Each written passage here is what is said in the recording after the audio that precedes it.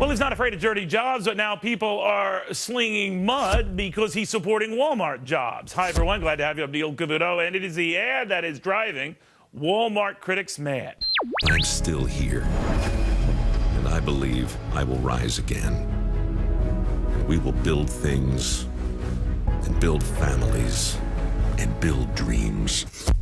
That voice sound familiar? Well, it's dirty job star Mike Rowe. Now, he's getting a lot of grief over the ad, now defending himself and the ad with me.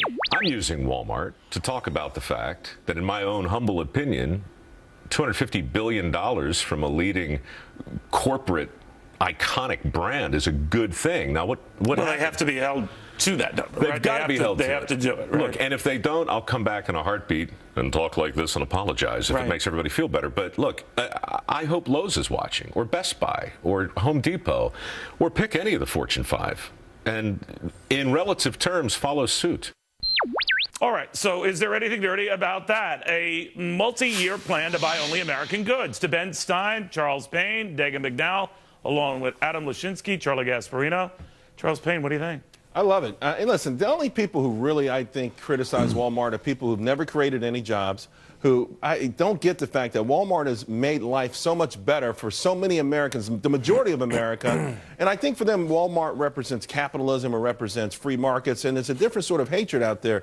But how could you not like this company? Already, before this plan, so many small businesses sold products through Walmart. They created not just the millions of jobs directly, but indirectly, they've created so many jobs and opportunities for so many Americans. Do you think this is shifting on Walmart's part, though, regardless of what you think of them?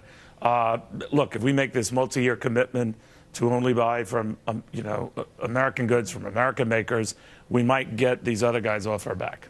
I think people are responding to that. They try to buy locally in terms of groceries as well. And most people know that their lives are better because they can shop at a Walmart. And Walmart has, when it's truly criticized about something, they have tried to fix it in terms of the health insurance, in terms of buying locally. But people know that this is just unions angry because they haven't been able to unionize. No, it's not. Yes, no, it is. It's not. They haven't been able to unionize no, Walmart. It's the great whale, and they're mad about it. Of course it is.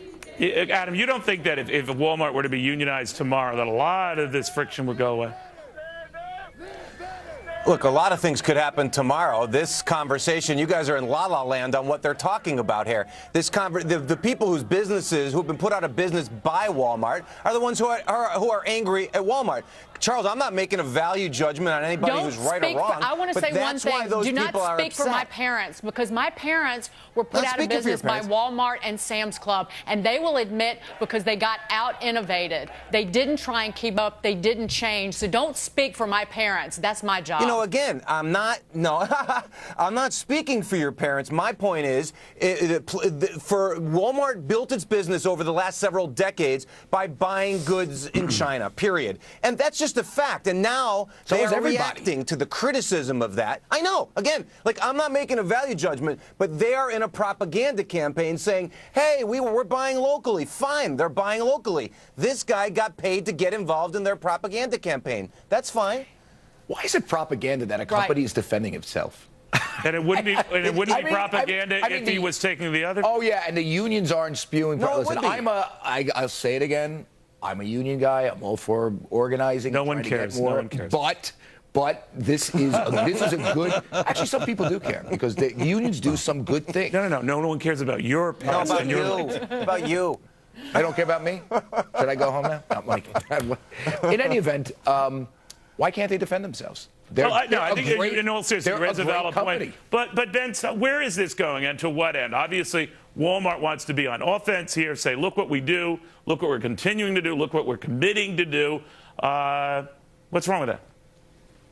There's nothing wrong with it at all. And it's very funny. The people who are demonstrating against Walmart are not people who have been put out of business, mom and pop stores. They're college kids. They're professional agitators. They're professional complainers and whiners. Yeah. And I have news for you. I live in Beverly Hills. Not all of them. I shop in Beverly Hills. The stuff at Chanel, the stuff at Ralph Lauren, the stuff at Brooks Brothers, that's made in foreign countries too. And you have to go a long, long way, even at the very priciest stores, to find anything made in America. Walmart is doing a hell of of a lot better job than the big high-end stores and the little teeny mom-and-pop stores that still exist in Sandpoint, Idaho. By the way, is there a Walmart in Beverly Hills? Ben, is there a Walmart in Beverly Hills? There's no Walmart in Beverly Hills. I guarantee. I wish there were. Can I address I wish there Anywhere were. near it? Well, I want to address the propaganda thing really quick.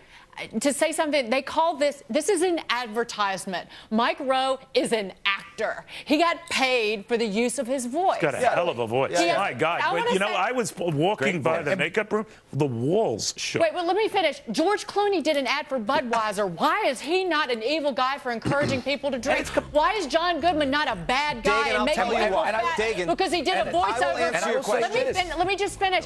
And Alec Baldwin is humping credit cards for Capital One right and left. Why isn't he accused of getting Americans into debt? Adam, isn't it all disclosed? Very well put, I mean, Walmart, you know what's behind Walmart. You know it's an advertising. You know this guy is paid by Walmart. You know all that. What isn't disclosed is who are those protesters? I mean, who are the people that were down and Occupy Wall Street? 9/10 of them weren't even people who cared about Wall Street. They were professional socialist agitators that were part of. Charles Payne is getting upset. Charles Payne is getting upset. You know what, though, Adam? I just can't believe that you continuously don't mind the demonization of Walmart. You know, you're a smart guy. You look over at India. Well, that's debatable. In India right now, they're dealing with runaway inflation because they kicked out the big box retailers. There's no infrastructure. There's, you know, because they wanted to save Ma Pa. People are paying more money for onions over there than they've ever done before. I mean, what Walmart has done for this country and these big box retailers goes beyond just the average person. Right. It's been a net huge win. Go ahead. So two things. I want to make perfectly clear. I am not criticizing Walmart. I'm analyzing the criticism of Walmart. Propaganda. And that's an important distinction. Yeah, because it is. They are making a political point. It's selling Budweiser is selling beer. Let me finish, Charlie. Selling Budweiser is selling beer. Pushing credit cards is pushing credit cards. And talking about we're devoted to manufacturing in America is answering the criticism that we weren't supporting manufacturing in America. That's a political point. The real propagandists are the people as part of the union movement where you have no idea what they're representing, who they're from. People in the media. That's propaganda and political too. That is propaganda. We don't know. These are professional agitators. What's Ben had it right. propaganda? You go down to Occupy Wall Street. Half of them were professional agitators. They had nothing to do. I think it's demeaning to call them professional agitators. What does that mean? Okay, professional agitators. Why? Professional demeaning. Professional. Ben Stein, you're making a good point there, Ben. That's what they are, Adam. I mean, they are professional agitators. They're professional cranks and malcontents and dissatisfied people who just have to find something to complain about. They're not working people. No, I would love for you to find some of those people who actually work for a living. When you covered Occupy Wall Street, guess what? Those professional agitators, they don't care about the issues. Madam, when you covered they're mercenaries, they're crazy.